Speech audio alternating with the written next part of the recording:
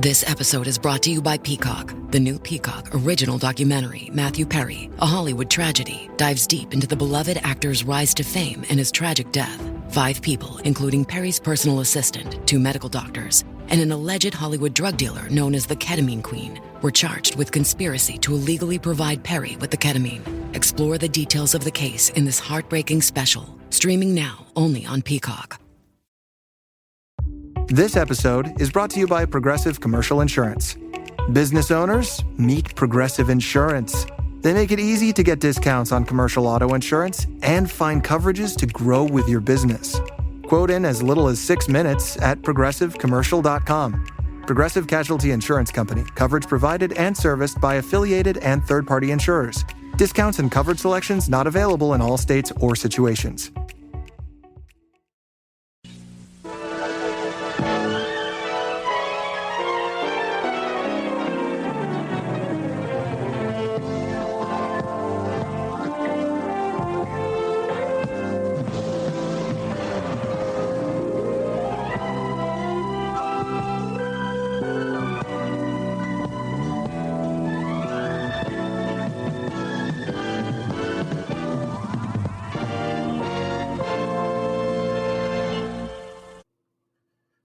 Hello, everyone. It's time for Vanishing Chicagoland Stories, the podcast.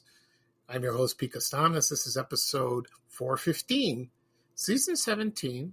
Today's date is March 9th, 2025, and welcome to the show. Today, I will discuss, this will be the only subject, because there's a lot to cover, is my memories of the record albums of the 1970s. And I'll explain where I bought them and what record albums I had. And like I said, my favorite ones as well. So this is going to be a lot of fun. Okay. So I have about maybe 40 of them to cover, but, very briefly. So I don't want to bore you.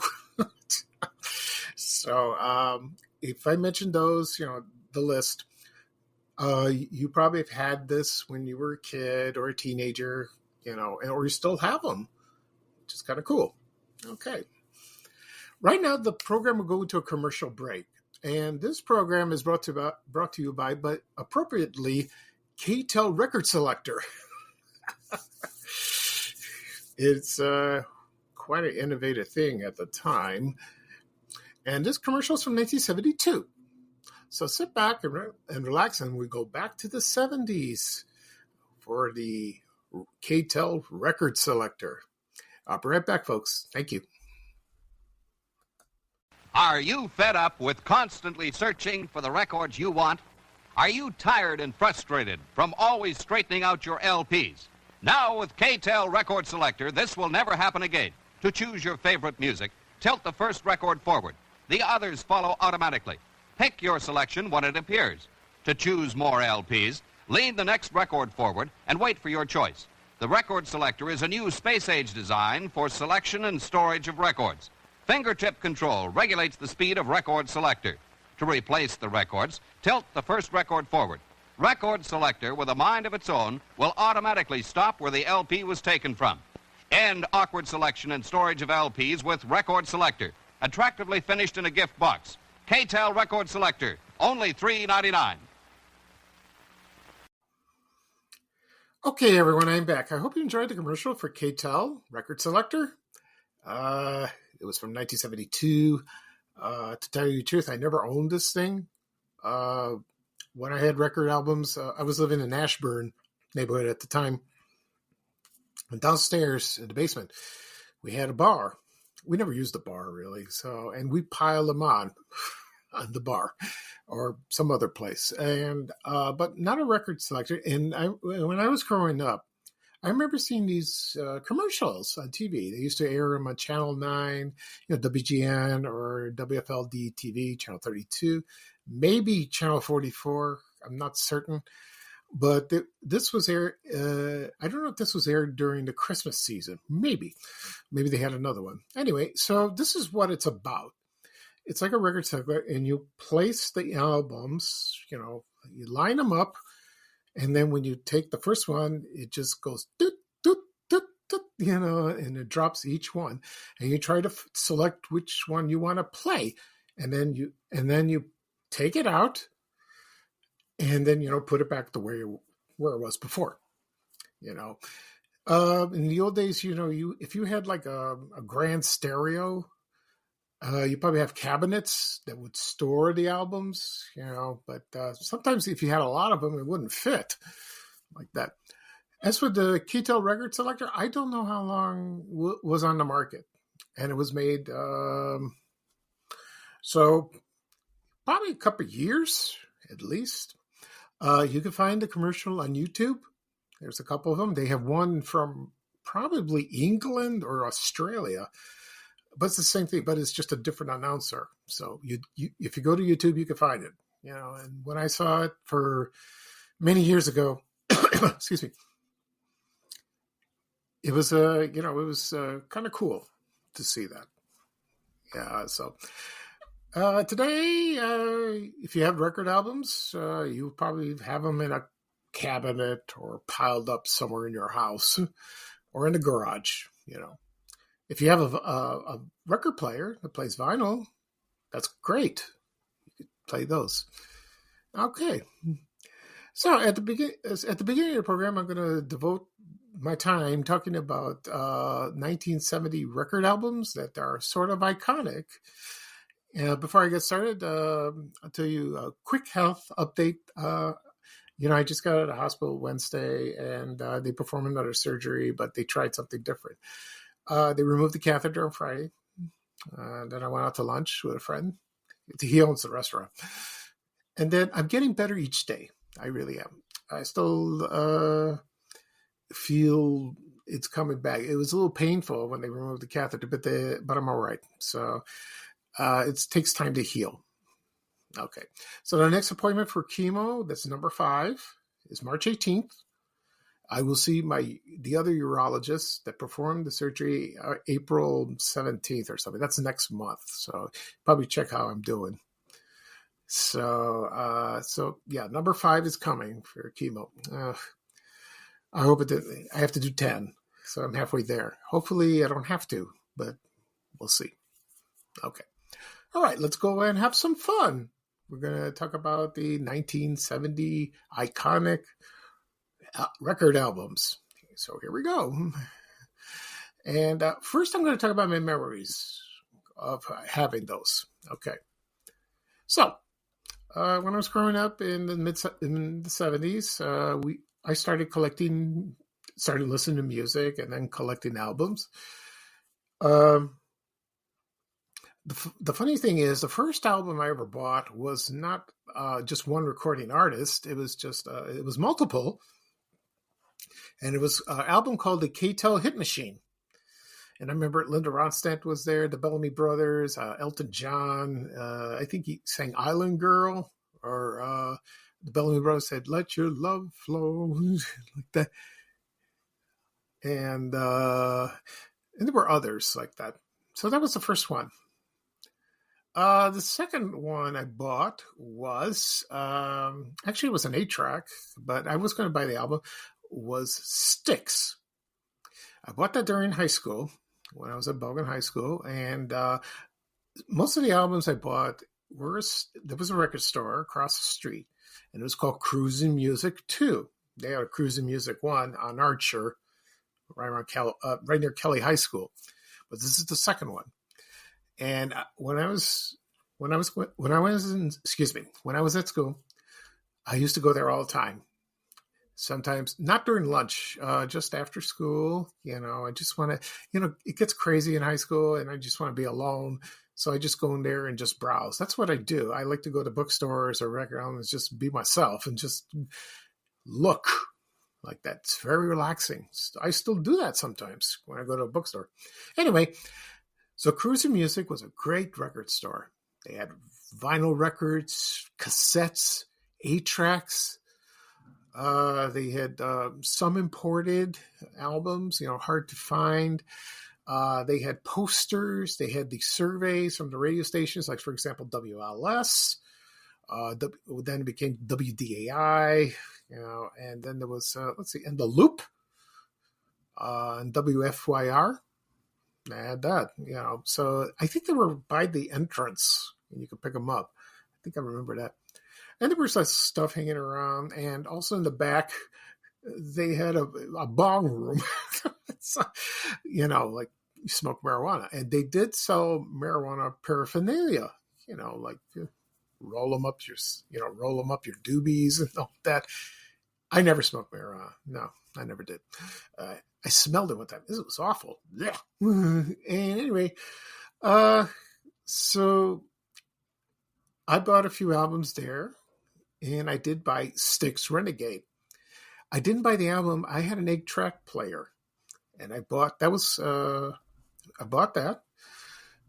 And so I listened. It was great. It's a great album. It's wonderful, And let's see, what else did I buy? One of my favorite albums of all time, I bought it 8-track, was The Cars. Their debut album. They debuted in 1978. The reason I did that is because when I was listening to The Loop, 98 FM, it was when Steve Dahl was there and Gary Meyer. They used to play a lot of songs from that album. And when I was listening to the radio, I was like, where have you been in my life? These songs are great. The band was awesome. And it's my favorite album of all time. And the second one that was released is Candio. I think that came out 79. I have that too. I have listened to every track on both albums, and I still play them to this day on my computer. I've had the 8 tracks. I never bought the albums. I bought cassettes and the CDs. So that's my favorite album of all time. And let's see. So I'm going to tell you what my brother bought. He bought. I remember he bought Casey and the Sunshine Band. They had some colorful albums. It was so beautiful. He bought that. Also, he brought Peter Frampton album. Frampton Comes Alive. With the pink LPs. He used to play that all the time. Oh, that's a great album. It really is. I'm trying to think what else he bought. So I think my other brother bought Queen because he loves Queen. Like that. And of course, I forgot to leave this out, Led Zeppelin. My brother is a huge Led Zeppelin fan. In the beginning, I wasn't crazy about them. I don't know. But then over the years, I sort of grew on them. Now I love them. I love Led Zeppelin.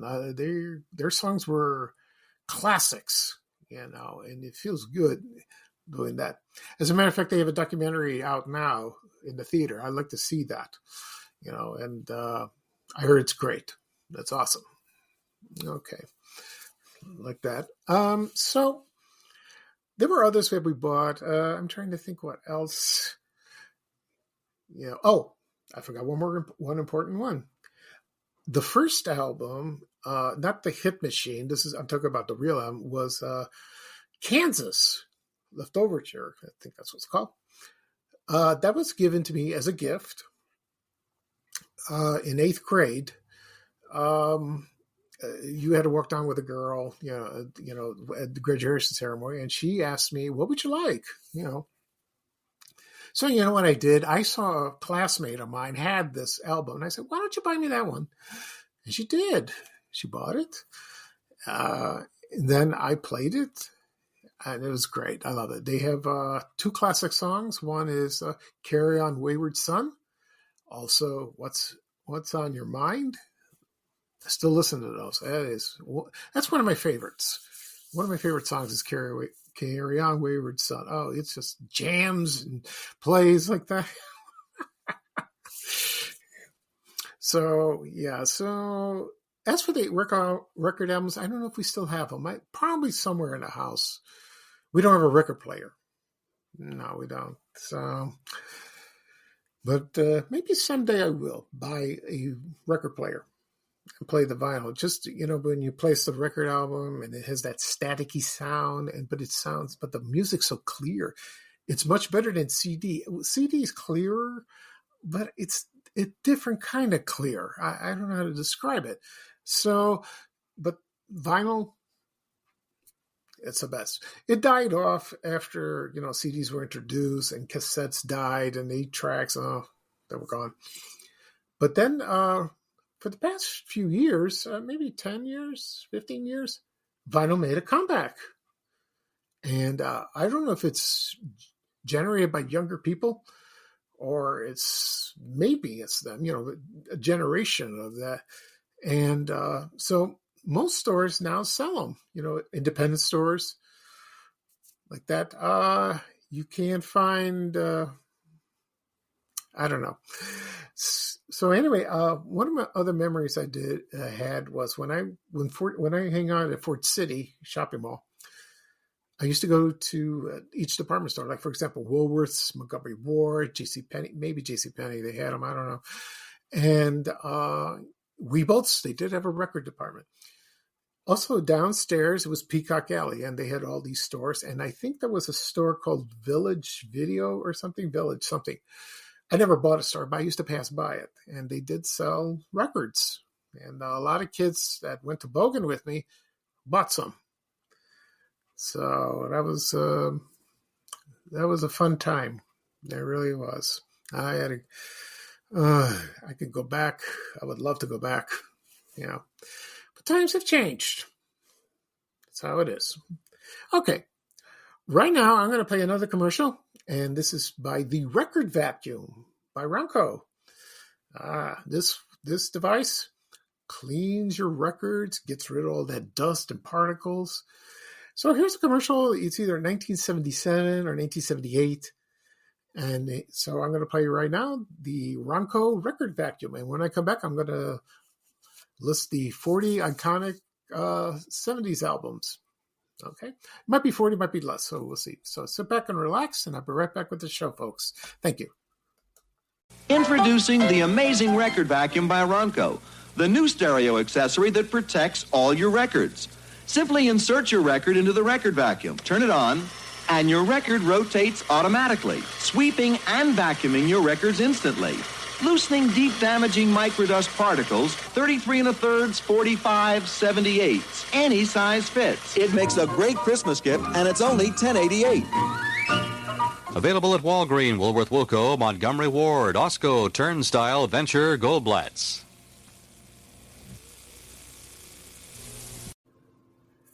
Okay, everyone, I'm back. I hope you enjoyed the commercial for Record Vacuum. Oh, boy. You know what? They are still on sale on eBay if you want to buy one. I don't know if it'll work. I mean, this came out almost 50 years ago, so good luck with that. I don't know if it will work on new albums. Maybe. I don't know. You could try.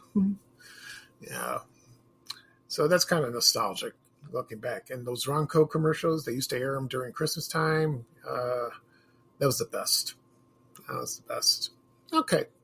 So here we go. We're going to talk about the iconic 70s albums. I'll go down the list. I'll let you know. So one of my favorites is Boston. And, what was funny, it's like when I first looked at that record album, it looked like a spaceship in a way. I thought it was a spaceship. Then there was like a big one that says Boston, and then they had two of them. But it was a guitar. It was in the back of a guitar, like that. So I never owned the album, but I've loved their songs. I'm a big Boston fan. They put out great music over the years. Yeah. Next one is Dark Side of the Moon from Pink Floyd, where you have the prism. And there's a rainbow over there. That is a classic rock album. It is still remembered to this day. And it was on the Billboard charts for many years. Almost, I don't know, maybe 30 years or something like that. Could be.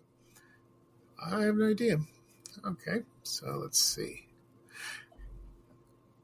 Yeah, so Boston, that was released on August 25th, 1976. And Dark Side of the Moon, that was their 8th studio album, and it was released March 1st, 1973. Okay.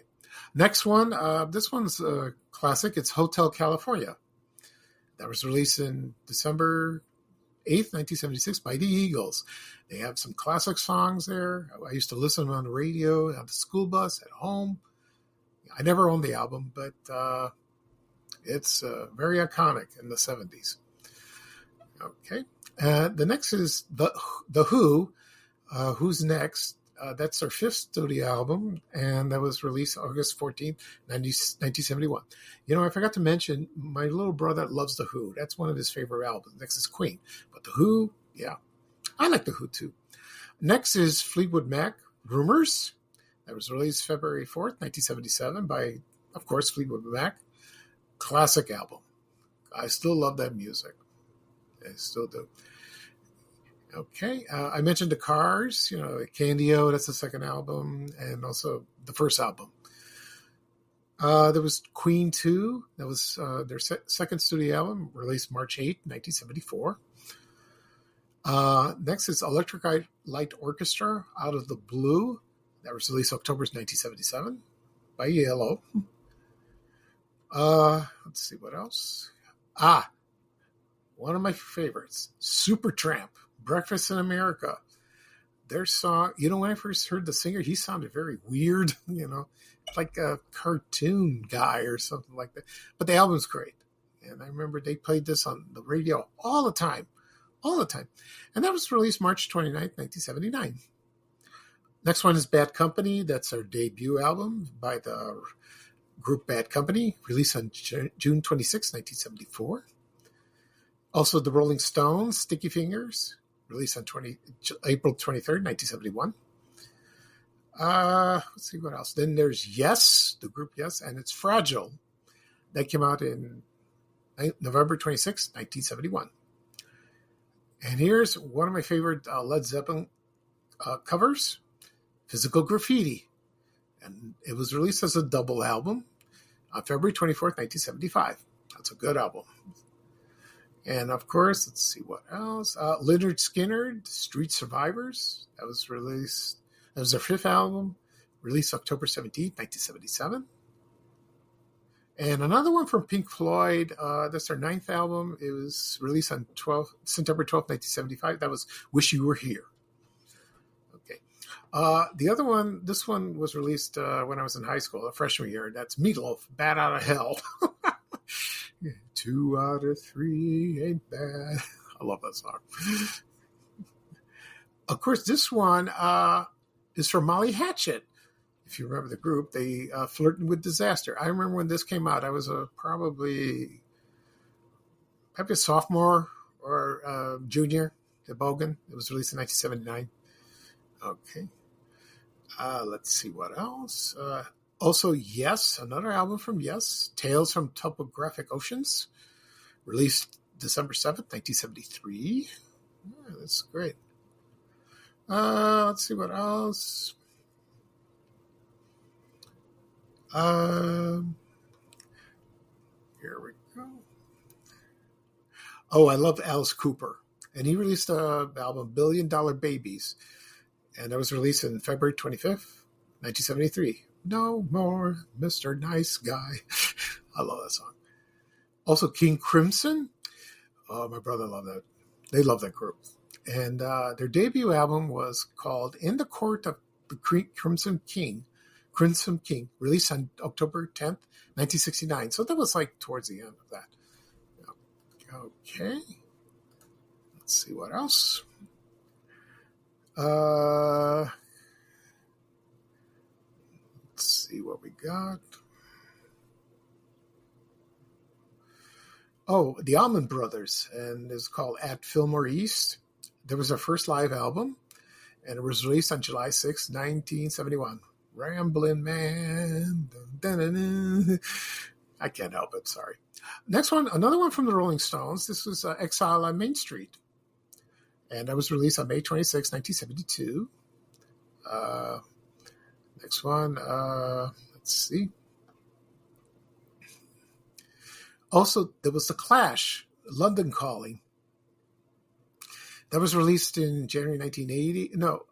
It was in the United States. Yeah.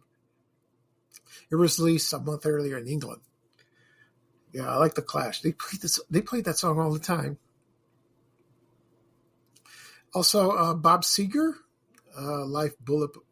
It's a live album released in April 1976. Oh, I love Bob Seger.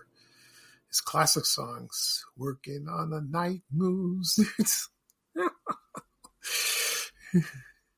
Also, there was no, that's not it. Kiss, Alive. Yeah, this was released September 10th, 1975. Oh, I like the early songs of them. They were awesome. But it's changed somewhat. But they were very different indeed. And I think I remember, did I mention the date? Well, I'll mention it again. September 10th, 1975. That's when it was released. That's their fourth album and their first live one. Okay, let's see what else. Well, that's it, I guess. Okay, pretty much. Let me try to remember a few more like that. Of course, there was Styx, the Grand Illusion. I love that album. So let's see what we got. Watch the world's biggest tennis stars clash in the California desert at the BNP Paribas Open, live on Tennis Channel. How do they get to these shots? Tune in daily for exclusive first ball to last coverage from Indian Wells and witness all of the jaw-dropping action as the game's top men and women square off at one of the greatest events in sports. It's tennis magic you need to see to believe. The BNP Paribas Open, live on Tennis Channel and streaming on the Tennis Channel app.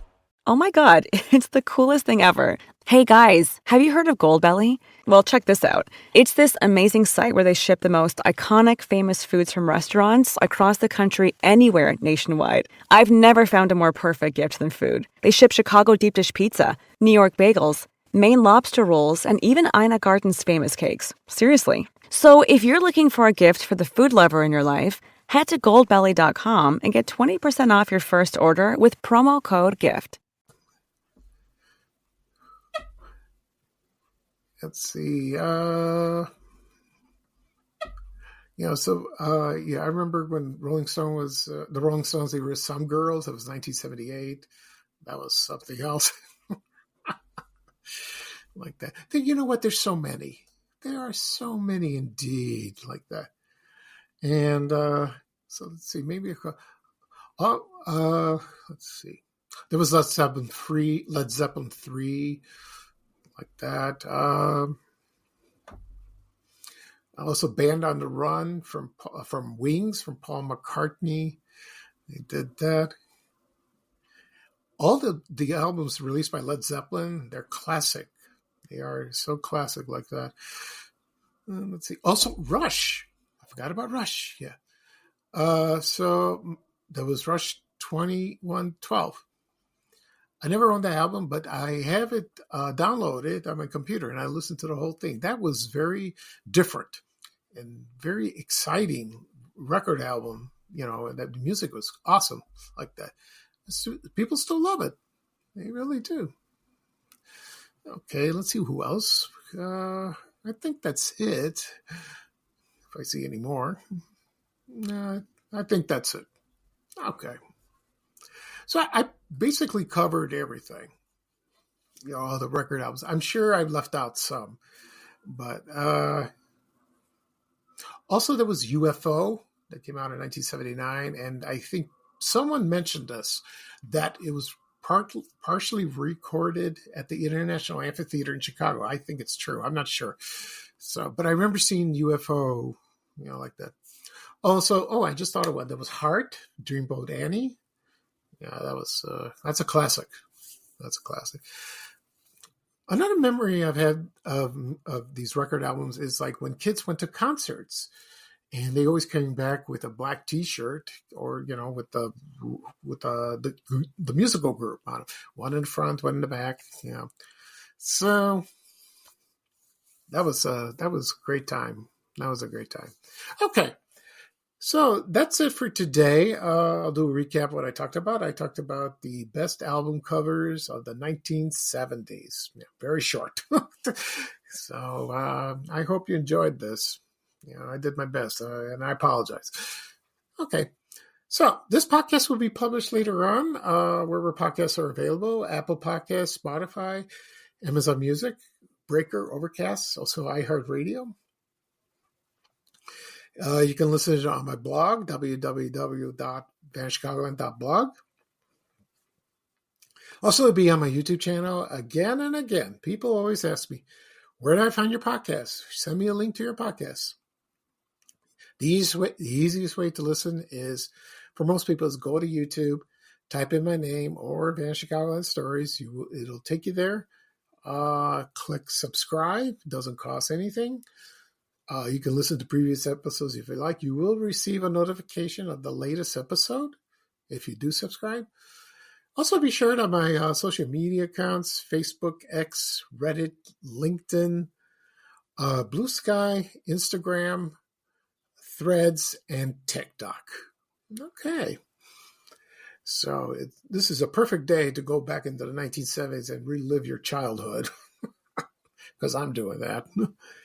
Okay, so this is Pete Costanzo, your host for Van Chicagoland Stories, the podcast. Thank you for joining me. Today is going to be a lovely day. It's going to reach 60.